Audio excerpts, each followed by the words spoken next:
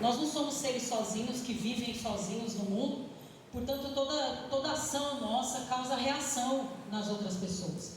E muitas pessoas expressam suas reações na hora e outras depois, né?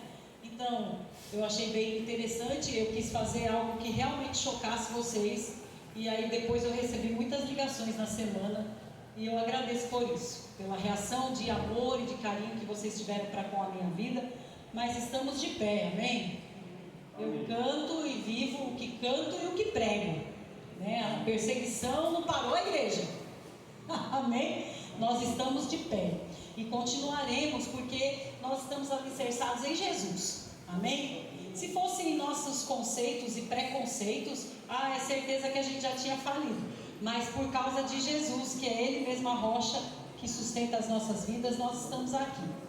E antes de eu adentrar na palavra, então eu queria dar boas-vindas a Ana Cláudia, é a sua amiga. Deus abençoe, já cumprimentei ela. Muito obrigada por sua vinda aqui. Que Deus fale grandemente ao seu coração.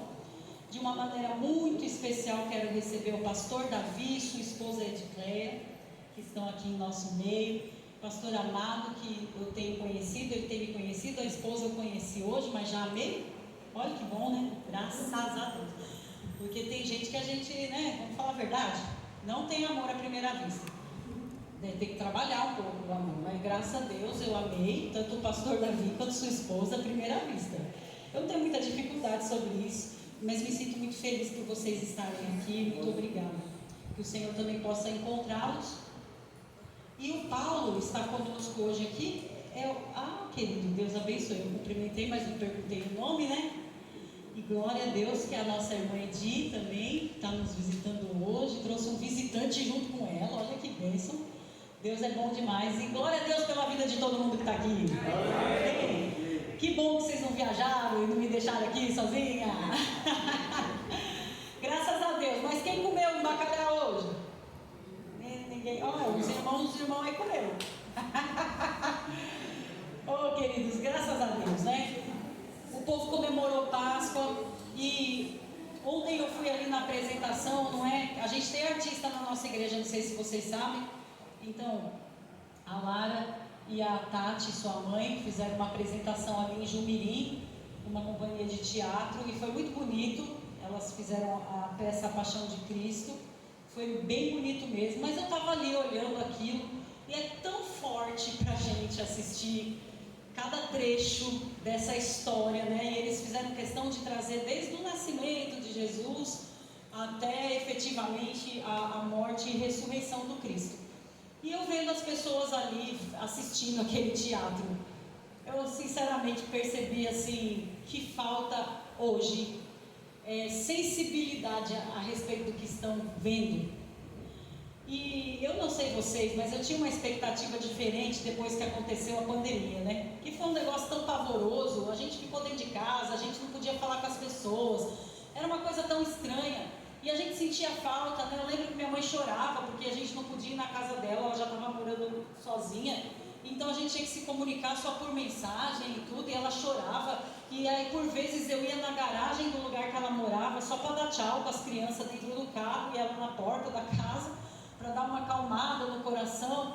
E aí a gente pensa assim, nossa, quando tudo isso passar, as pessoas vão se amar muito, né? Vão expressar muito amor. E eu não sei vocês, mas dentro da minha percepção, eu não vejo isso.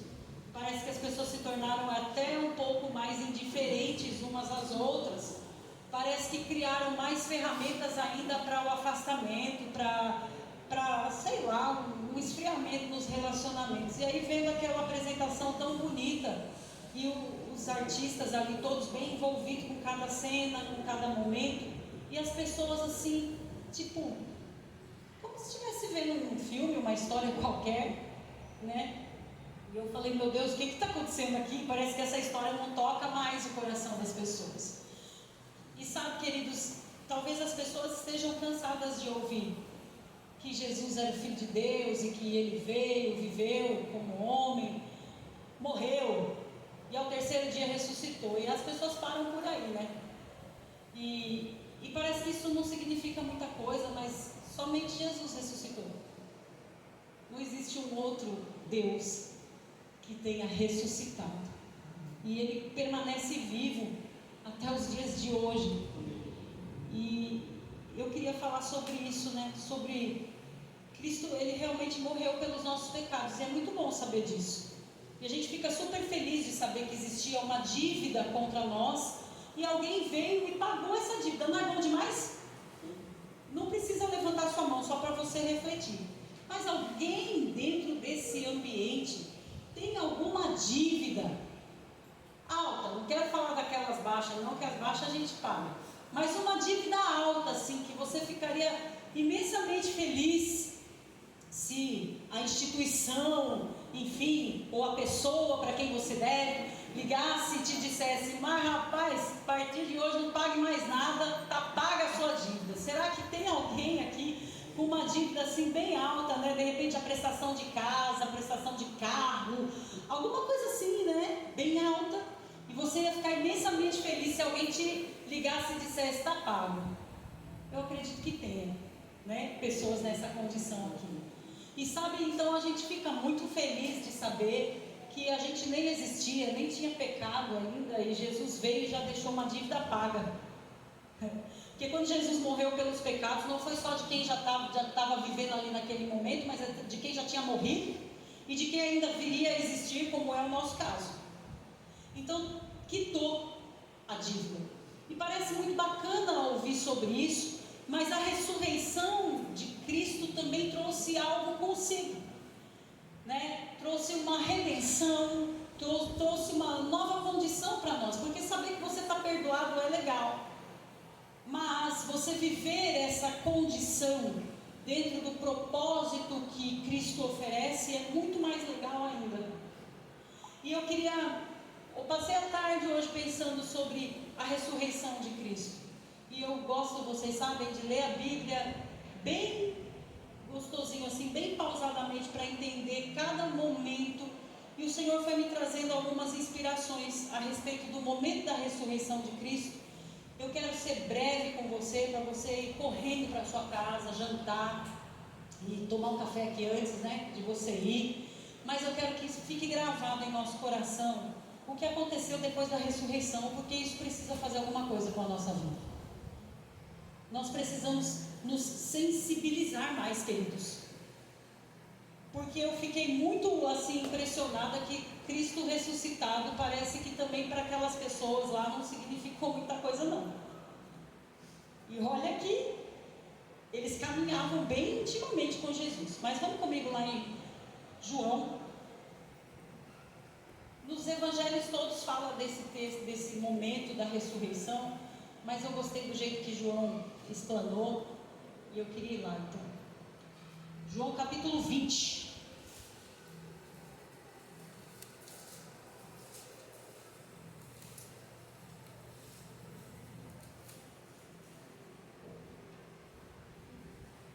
Você pode de vez em quando dar uma glória para eu saber que você está por aqui, tá? Glória a Deus. Ai, graças a Deus. Alguém correspondeu. Aleluia. Graças a Deus por isso. João capítulo 20 vai dizer assim: no primeiro dia da semana, bem cedo, estando ainda escuro, Maria Madalena chegou ao sepulcro e viu que a pedra da entrada tinha sido removida. Então correu ao encontro de Simão Pedro e de outro discípulo, aquele a quem Jesus amava, e disse: tiraram o Senhor do sepulcro e não sabemos onde o colocaram. Pedro e o outro discípulo saíram e foram para o sepulcro. Os dois corriam, mas outro discípulo foi mais rápido que Pedro e chegou primeiro ao sepulcro. Ele se curvou e olhou para dentro, viu as faixas de linho ali, mas não entrou. A seguir, Simão Pedro, que vinha atrás dele, chegou, entrou no sepulcro e viu as faixas de linho, bem como o lenço que estava sobre a cabeça de Jesus. Ele estava dobrado, a parte, separado das faixas de linho. Depois os outros discípulos que chegaram primeiro ao sepulcro também entrou. Ele viu e creu. Eles ainda não haviam compreendido que, conforme a Escritura, era necessário que Jesus ressuscitasse dos mortos. Os discípulos voltaram para casa Maria, porém, ficou à entrada do sepulcro, chorando. Enquanto chorava, curvou-se para olhar dentro do sepulcro e viu 2 anjos vestidos de branco, sentados onde estivera o corpo de Jesus, um à cabeceira e outro aos pés. Eles lhes perguntaram: mulher, por que você está chorando? Levaram embora o meu Senhor, respondeu ela, e não sei aonde o puseram. Nisso, ela se voltou e viu Jesus ali, em pé, mas não o reconheceu. Disse ele: mulher, por que está chorando? Quem você está procurando? Pensando que fosse o jardineiro, ela disse: se o Senhor o levou embora, diga-me onde o colocou e eu o levarei. Jesus lhe disse: Maria. Então, voltando-se para ele, Maria exclamou em aramaico: Rabone, o que significa mestre. Vamos até aqui, porque eu queria falar algumas coisas que me saltaram. Quem que já ouviu alguém dizendo assim: para tudo nessa vida tem jeito, menos para a morte? Quem já ouviu essa frase? Ela acaba de ser colocada por terra como um grande equívoco, né? Porque quando eu começo a ler esse texto, eu vejo que a morte não parou Jesus. Então, para tudo tem jeito, até para a morte. Porque Jesus ressuscitou. Amém? Amém. Você acredita nisso? Amém. Ele ressuscitou Lázaro também. Você também acredita nisso? Amém. E nós também ressuscitaremos. Você acredita nisso? Amém. Graças a Deus. Então, se a gente acredita nisso, nós não podemos mais concordar com essa frase de que para tudo tem jeito, menos para a morte, tá bom? Porque Jesus deu jeito na morte. Amém? Amém. Por que eu quero dizer isso? Porque se nem a morte parou Jesus, por que a gente fica tão preocupado com situações que até parecem de morte, mas não são, e a gente fica paralisado diante dessas coisas? A gente fica assim: uau, e agora? Quem poderá me defender?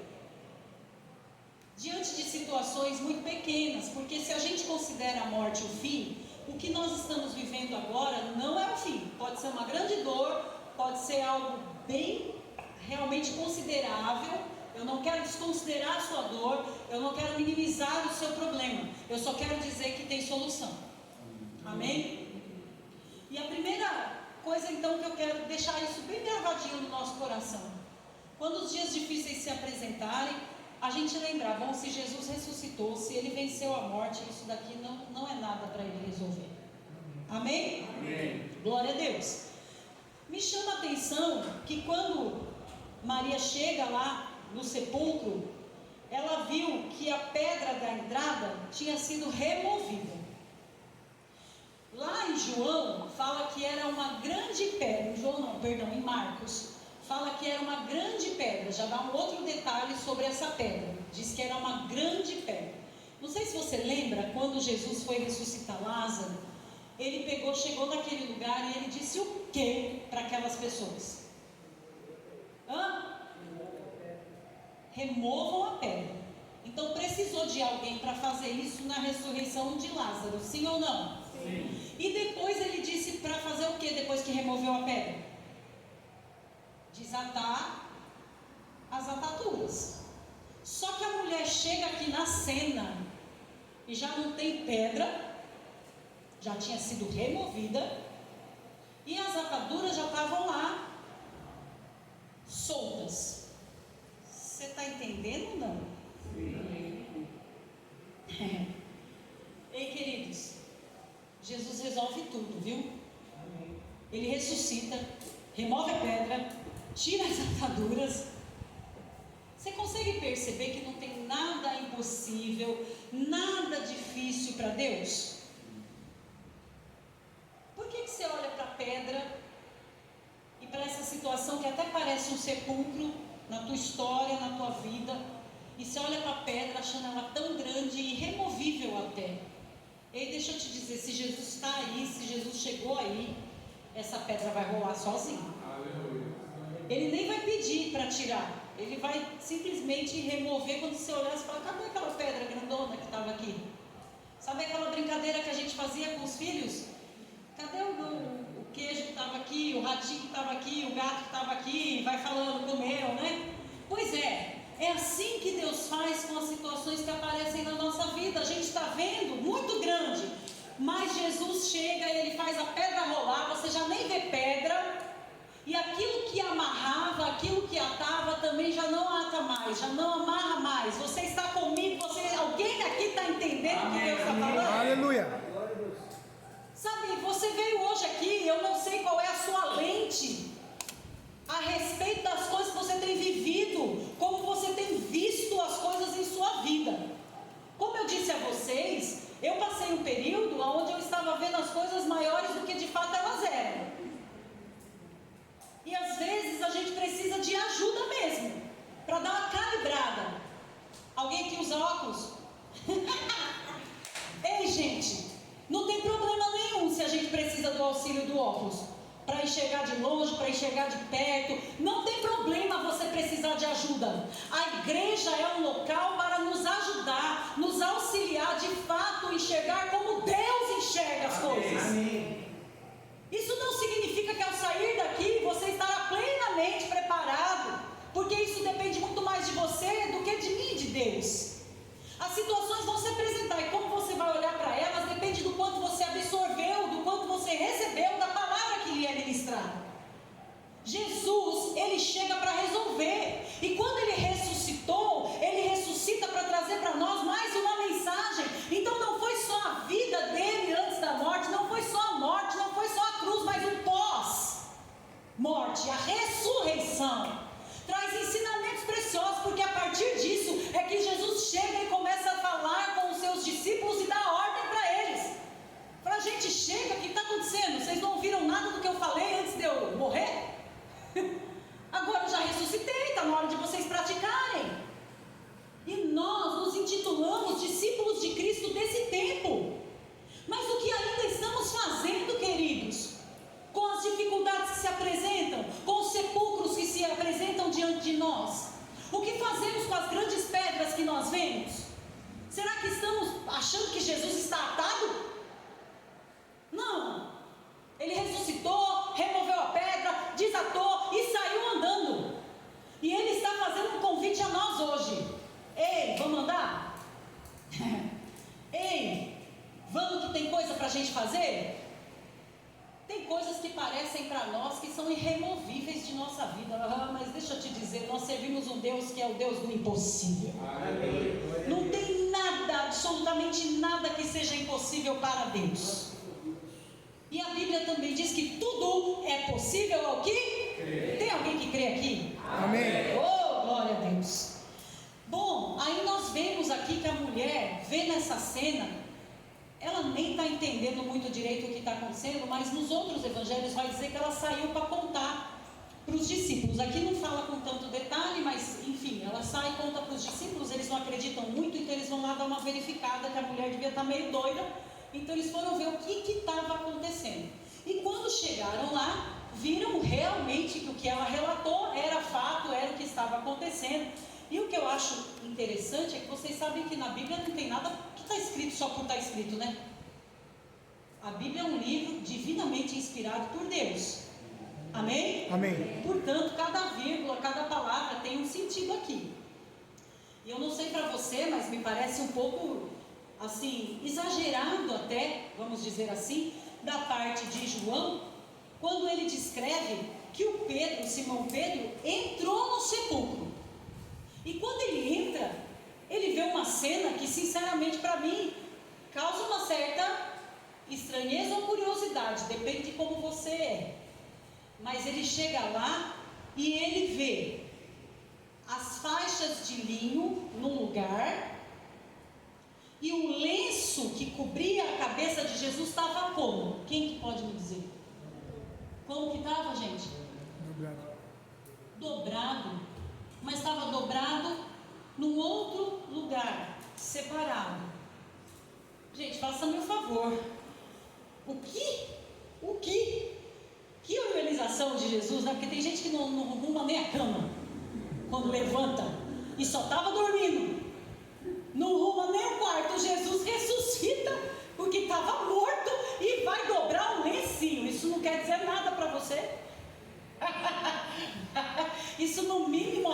chama atenção, minha gente, pelo amor de Deus.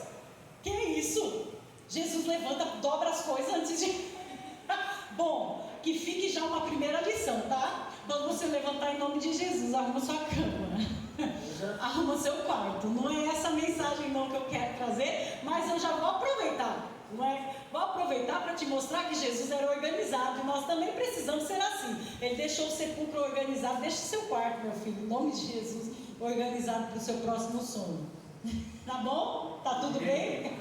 Não fica condenado se você sai correndo e não costuma arrumar o seu quarto, mas você vai perceber que o dia que você consegue arrumar o seu quarto e chega na sua casa e o seu quarto está arrumado, a sensação é diferente.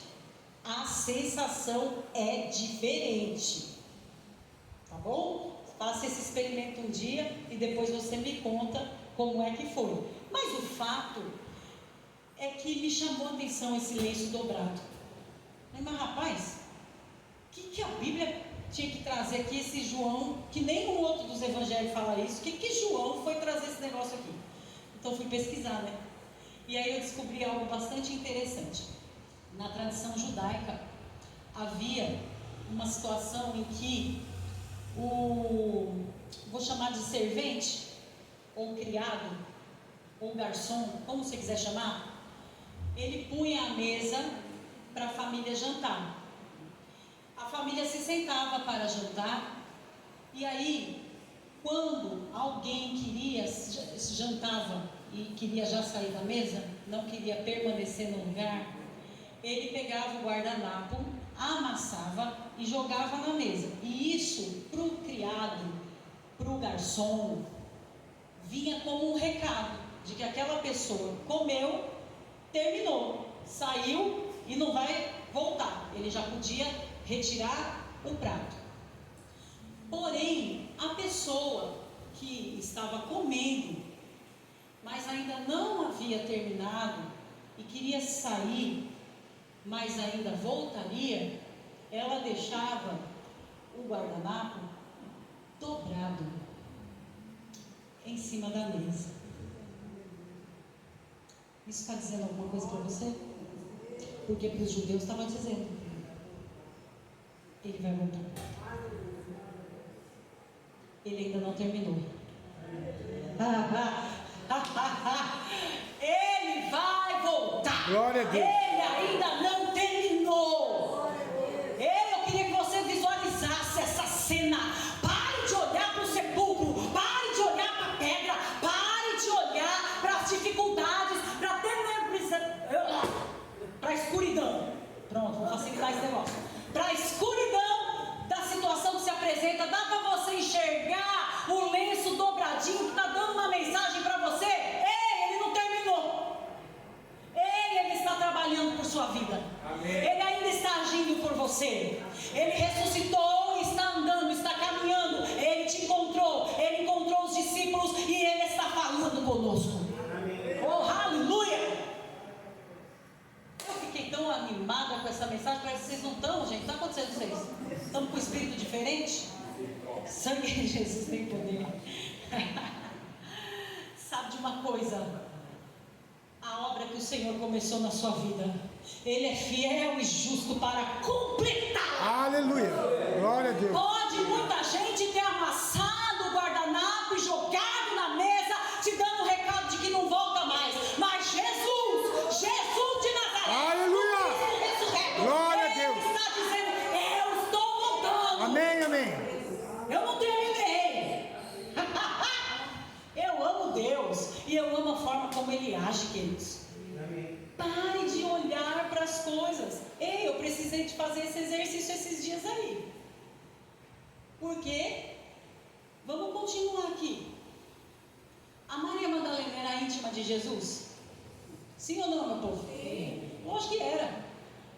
Essa mulher aqui, depois que se aproximou de Jesus, você fez esse papel ontem lá, não foi, Tati?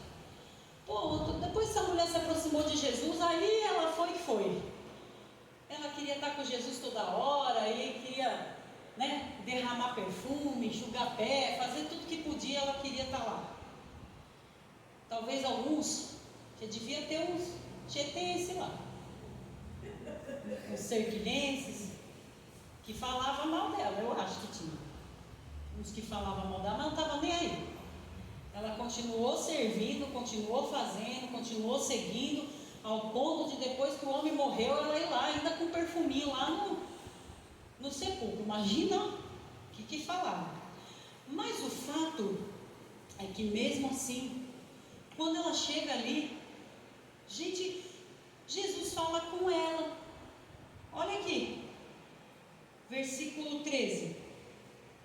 Diz que nos outros textos não fala que é anjo. Dá a entender que é o próprio Jesus já falando com ela. Mas aqui está falando que eram anjos. Aí depois ela fala, levar o meu Senhor, nananã. E o próprio Cristo fala para ela, né? Mas por que você está chorando? Quem que você está procurando? E ela pensa que é o jardineiro. E aí ela fala, se o Senhor viu onde é que colocaram ele, fala para mim. Gente, veja como a tristeza, porque ela estava triste, você concorda comigo? Essa mulher estava triste, porque Jesus, além de morrer, agora assumiu o corpo. Ela estava triste. Você pode perceber como a tristeza tira da gente a percepção, porque Jesus estava falando com ela. Quando você é íntimo de alguém, você reconhece a voz ou não? Sim. Ela não reconheceu a voz de Jesus. Ela estava numa tristeza absoluta, ela não reconheceu a voz de Jesus. Quando foi que ela reconheceu que era Jesus que estava falando com ela? Quando? É mesmo? Quando chamou pelo nome? Então eu acho que você está mais insensível ainda do que ela. Porque Jesus está chamando você pelo seu nome. Aleluia. Ei, Ele está dizendo o seu nome essa noite. Ele já sussurrou com você. Ele disse, Paulo, Samuel, Davi, Alexander, Djalma, Vivian. Ei, sou eu. Sabe, a gente no meio de uma tristeza, no meio de uma situação que mexe no nosso emocional, a gente fica totalmente desapercebido. Vamos lembrar dos discípulos naquele barco? Que Jesus chega e fala assim, nós vamos atravessar para o outro lado. Todo mundo entra no barco. Aí Jesus dorme. De repente vem um vento, uma chuva forte, que a Bíblia diz tempestade. E o povo faz o quê? Os discípulos fazem o quê? Ai, mestre, não te importa que morramos. Jesus não acorda com o vento, não acorda com a tempestade. Vamos combinar que o barco não devia ser como esses de hoje, né? Eu já penso assim num barquinho, bem, né? De remo, assim, é esse que eu imagino. Mas Jesus levanta com a gritaria, Jesus levanta com o desespero. E aí ele olha e fala assim, quieta vento, acalma mar e dá-lhe nos discípulos. Gente, nós estamos descontrolados. Olha aí, pastor Davi está aqui para atestar isso. Ele, além de pastor, é terapeuta. O meu terapeuta. Eu fui lá essa semana, vocês pensam que não? Segunda-feira eu estava lá. Falei, ajuda eu aqui, meu filho. Aí ele fez igual Jesus. Vento, tempestade. Aí olhou para mim e falou, mulher, cadê tua fé? Ei, eu quero fazer isso por você hoje. Ei, gente, nós temos um Jesus tão poderoso, um Deus tão tremendo, que nunca falhou e jamais vai falhar. Qual é o medo? Qual é a tristeza que pode tomar tanta conta do nosso coração que a gente não consegue nem reconhecer que Jesus está falando com a gente? A gente vai em culto, a gente sai de culto, a gente vai na missa, a gente sai de missa, a gente ouve uma canção, a gente ouve outra canção, aí Deus leva um amigo, Deus leva uma amiga, Deus leva alguém para falar com a gente, e a gente não entende que é Jesus se apresentando o tempo todo, dizendo, eu estou aqui. A gente pensa que é o jardineiro, a gente pensa que é anjo, a gente pensa tudo, mas não consegue perceber e discernir que é Jesus se apresentando para nós. E aí a gente, não tendo essa percepção, não desfruta, ignora essa presença tão poderosa, porque vamos combinar que aonde Jesus chega, o milagre acontece. E ele chama pelo nome, porque a coisa já estava num grau, né? Porque como é que o jardineiro ia saber o nome dela? Jesus tem que chamar pelo teu nome. Dia após dia, momento após momento, Jesus tem que chamar pelo teu nome. Não vamos fazer igual aquela mulher, ao ponto de deixar uma tristeza e uma dor tomar tanta conta do nosso coração, da nossa vida, que a gente não saiba o que fazer. Sabe, queridos, o encontro com Jesus, ele realmente muda tudo em nós. Ele transforma num ponto em que você olha uma grande onda e aí você se inspira como Deus me inspirou. Quanto maior a onda, maior o sucesso de um surfista. Se for uma marolinha, o surfista não tem êxito nenhum, minha filha. Marolinha eu passo, você passa. Mas se for uma onda bem alta, o cara fica famoso demais. Então, quanto mais você estreita o teu relacionamento com Deus, quanto mais você deseja de Deus, mais circunstâncias vão se apresentar para que você possa se posicionar e mostrar: uau, estou firme na minha fé. Uou, pode vir. Me lembro agora daquela situação onde Davi tem que ir lá e enfrentar o Golias. Gente, não devia ser fácil não. Não é fácil para ninguém. Eu não sei vocês, mas quando uma pessoa já vai fazendo aquele para ficar endemoniado, eu já vou até me preparando, porque a gente sabe que a pessoa toma uma força, uma proporção grande. Então você fala: Jesus, é agora, me reveste com o teu sangue e vamos comigo.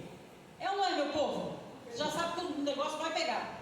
Eu imagino você olhando um bichão bem grandão, cheio de lança, cheio de coisa para pegar você. Era essa a situação que Davi via. Mas Davi não tinha apoio das pessoas ali, dizendo: vai lá, Davi, a gente acredita em você, estamos junto, você é forte, você é corajoso, foi você mesmo que Deus escolheu para estar conosco, é você, aquele que Deus marcou para ser o nosso rei, vai, Davi. Era assim que as pessoas faziam? Não, gente, era só palavra de desencorajamento. Era só dizendo: mas você tem certeza? É isso mesmo? Ó, o tamanho do bichão. Queridos, e o que Davi fez? Ele ficou com qual informação? Qual a informação de todo aquele povo que estava contra ele? Ou qual a informação que ele tinha que vinha da parte de Deus? Quando ele chega diante daquele bichão, daquele Golias, talvez se fosse eu ou você, ia falar assim: uau, é muito grande, vamos embora, que não dá para mim não.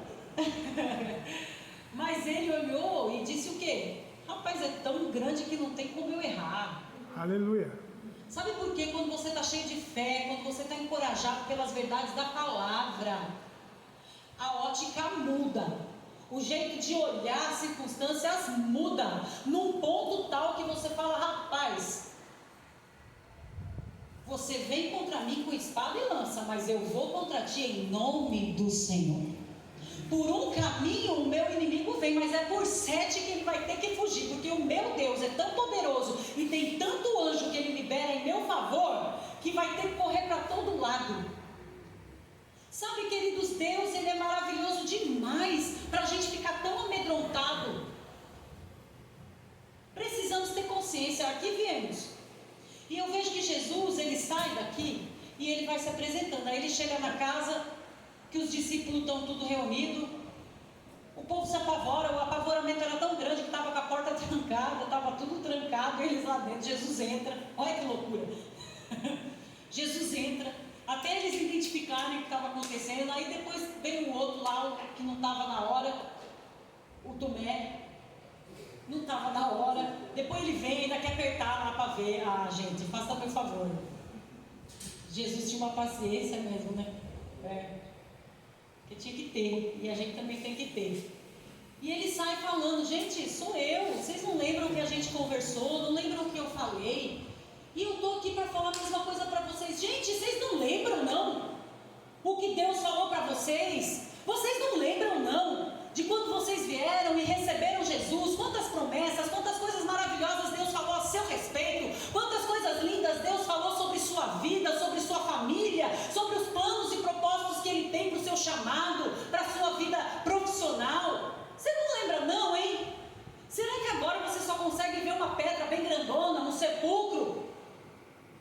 Presta atenção no detalhe. Eu não sei vocês, eu sou super observadora. E os detalhes para mim é que fazem a diferença. Será que nós estamos olhando os detalhes? E vou dizer, hein, quem observa detalhe para bom e para ruim também. Só para te avisar. Porque, né? Detalhe é detalhe. Sabe, queridos, a gente precisa observar o que Deus está falando. Você tem orado? Você tem colocado diante do Senhor a tua situação? Deixa eu dar um recado para você. Deus não rejeita a oração. Oração é alimento. Nunca vi um justo sem resposta ou ficar no sofrimento. Basta somente esperar o que Deus irá fazer.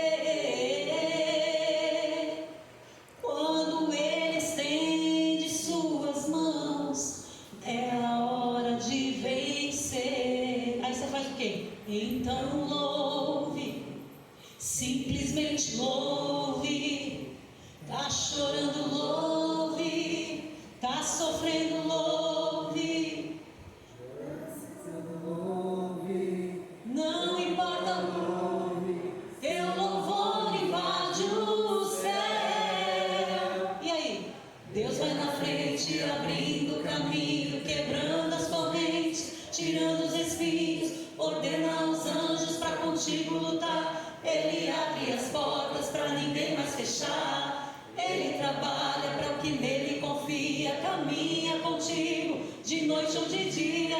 Erga suas mãos, sua bênção chegou. Comece a cantar com muito louvor, com muito louvor, com muito louvor, com muito louvor.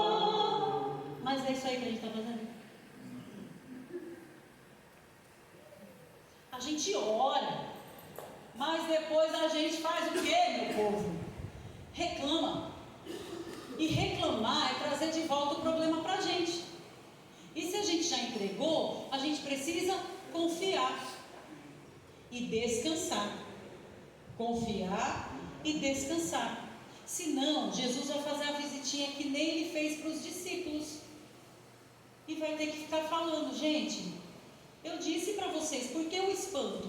Eu não contei para vocês que tudo isso ia acontecer, que se fazia necessário que eu morresse, que se fazia necessário todo esse processo? Eu também não falei o que vocês tinham que fazer depois? O que vocês estão fazendo aqui? Você pode ler depois tranquilamente em sua casa e você vai ver. Então, viver o Cristo vivo, entender essa ressurreição de Cristo, é viver o que Cristo está propondo depois que Ele ressuscitou. E depois que Ele ressuscitou, qual foi a proposta dele? O que Ele disse para os discípulos? Agora, vão e façam discípulos, curem enfermos, expulsem demônios e façam discípulos. Mas será que é isso que os cristãos estão fazendo? Será que a gente está indo fazendo discípulos, estamos curando enfermos, estamos expulsando demônios? Ou a gente está se juntando com a galera do Crucificam? Deus tem muito para a tua vida. E tem muito para a minha. Tem muito para as igrejas. Mas se a gente não viver a proposta da ressurreição, que é uma vida de redenção, uma vida já redimida, sabe? Salvação, no seu original, é sozo. E eu gosto tanto de pensar nisso porque é um pacote. Não é só, porque quando você fala assim, salvação, dá a impressão que alguém estava se afogando numa piscina e uma mão se estendeu e puxou essa pessoa, pronto, está salvo, né? Ia morrer afogado, mas salvou. Me parece uma proposta simplista demais. Quando você entende o original, que é o sozo, você entende que é um pacote de coisas. É paz, é provisão, é saúde, é tudo que nós precisamos ali, num pacote, de acordo lá com Efésios, que vai dizer para nós, né? Bendito Deus e Pai do nosso Senhor Jesus Cristo, que já nos abençoou. Por quê? Com toda a sorte, com todo tipo de bênção, nas regiões celestiais por Cristo Jesus. Então, como é que eu acesso isso, gente? Ser na região celestial? É por fé. Fé em Cristo Jesus, no Cristo ressurreto, no Cristo vivo, no Cristo que está conosco e que está nos impulsionando a viver. Agora, decida. Que tipo de vida que você quer viver? Se é lamentando na frente do sepulcro ou se é celebrando porque você sabe que Ele ressuscitou. Que Ele não está ali porque Ele ressuscitou. E aí, fazer essa obra maravilhosa que Deus nos enviou para fazer, nos capacitou para fazer.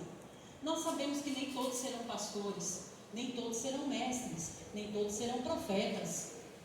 Mas todos nós podemos alcançar a vida de alguém com o ministério da reconciliação, com uma palavra da graça, do amor de Deus pela vida das pessoas. Eu vejo muita bobagem que as pessoas ficam postando, sabe? Quem podia me julgar não me julgou. Mas vai julgar. Não se iluda. Fica pegando um evangelho aí bobo. Não se iluda. Aquele que podia me julgar não me julgou. Julgou e vai julgar ainda. A todos nós. Porque a gente não quer encarar a realidade. E a realidade é que a credibilidade do que se fala está intimamente ligada com o que se vive. Você avisa lá que eu estou acabando, que eles querem fazer o negócio. E eu quero terminar contando esse exemplo. Sabe, queridos, a gente está muito egoísta demais. A gente só quer ser abençoado, a gente só quer as coisas para nós, só para a nossa família, só para a nossa igreja, só para nós, para nós, para nós. Mas o Cristo vivo veio encontrar conosco hoje, como Ele encontrou com os discípulos, para nos dar um recado. Eu vou voltar. Mas quando eu voltar, existia uma missão que vocês deveriam ter executado. Vocês estão executando? Aí a gente pode lembrar lá na parábola dos 10 talentos, né? Tal. Mas eu não quero ir lá, eu quero ir aqui. Porque nós temos uma missão e nós precisamos entender sobre essa missão. E a nossa missão não é só receber, mas é dar também, é alcançar as pessoas também, dentro do talento que Deus te deu, dentro da capacitação e da habilidade que Deus deu a você. Amém? Amém. Então, eu gosto de contar essa história. Uma pessoa precisava fazer um tratamento dentário e foi fazer orçamento, porque a gente precisa fazer orçamento, gente, hoje em dia. Não dá para você ir no primeiro não, viu? Vamos deixar isso até bem claro. E aí foi no primeiro, recebeu lá um valor, no segundo um valor mais ou menos, e no terceiro um valor fenomenal de bom. Aquele que a gente gosta, bom e barato. Olha, vai fazer tudo que eu preciso na minha boca e ainda saiu mais barato do que os outros. Só que quantos de vocês sabem que quando nós vamos ao dentista, ele nos atende com uma máscara parecida não, igual aquela que a irmã Rosa está. Pode olhar para trás lá, você vai ver a irmã Rosa de máscara. Ela sempre está de máscara, né? Sempre está precavida. E os dentistas também, para atender a gente, sempre estão de máscara. E aí esse último dentista senta para fazer o orçamento, e quando ele termina de escrever o orçamento e a pessoa está lá já feliz da vida pelo valor, ele tira a máscara e vai cumprimentar a pessoa. E ele diz, valeu. Só que quando ele fala valeu, os dentes dele estão podres. E faltando alguns. Você fecharia com esse dentista? Não. Por que, gente? Está barato. O cara não cuida nem dos dentes dele, vai cuidar do seu? Então deixa eu te dizer, por que o Evangelho está banalizado? E por que o Cristo vivo está falando com a gente aqui hoje dessa forma? Porque Ele está querendo dizer exatamente isso. Ei, a sua vida precisa expressar as verdades de Cristo. Lá na sua casa, no seu local de trabalho, precisa haver uma expressão do Cristo. Não adianta lembrar só nessa data. Cristo vivo!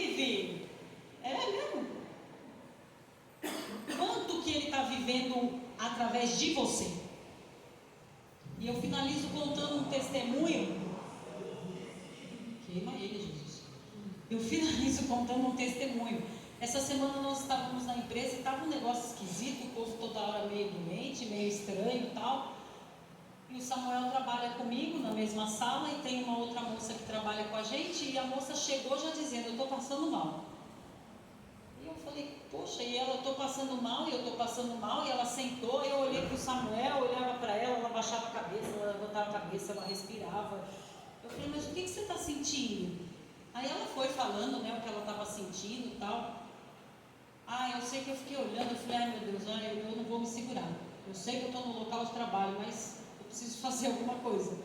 Eu levantei, fui atrás dela, joguei o cabelo dela para o lado, falei: me dá licença, vou fazer uma coisa? Ela falou: tudo bem, pus a mão no peito dela, na costa dela e dá-lhe oração. Falei: em nome de Jesus, imporão as mãos sobre os enfermos e eles serão curados. Seja curada agora, em nome de Jesus. Terminei a oração, passou uns minutinhos, falei: tudo bem? Tudo, estou melhorando. Falei: que bom. Aí passou, depois do almoço, ela estava lá conversando, chegou o irmão dela, aí ele foi falar alguma coisa, ela pegou e falou assim: menino, você não sabia que eu estava passando mal? A Vivi orou por mim, eu melhorei? Bem assustadinha assim, sabe? Por que eu estou contando isso para você? Porque isso não é privilégio meu.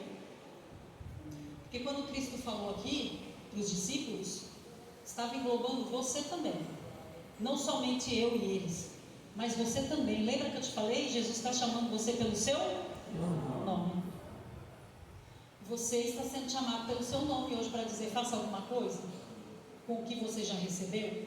Quando Jesus se encontra com aquela mulher samaritana, ele fala assim: se você soubesse quem está falando com você, você me pediria de beber, sabendo que nunca mais você teria sede, e de você jorraria da mesma água que você beber.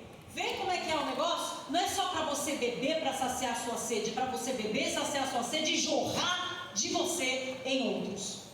Então isso é o Cristo vivo. Isso é dizer: Ele vive, porque Ele está vivendo em mim, Ele está vivendo em você, Ele está se movendo através de nós, porque Ele deixou o Espírito Santo. Aleluia. E o Espírito Santo move-se através das nossas vidas. Amém, amém. Agora, como temos credibilidade para falar sobre o amor, sobre a graça, sobre o perdão, sobre todas as coisas maravilhosas que Cristo pode e realmente faz, se nós não conseguimos expressar isso? Não é palavras, é maneira de viver. É maneira de viver. Pegue uma criança e vai dizendo para ela, por exemplo, vou dar um exemplo aqui. Você diz para a criança assim: olha, não pode falar palavrão, é feio. Mas na hora que você tropeça lá na sua casa, o que sai da sua boca? Um palavrão.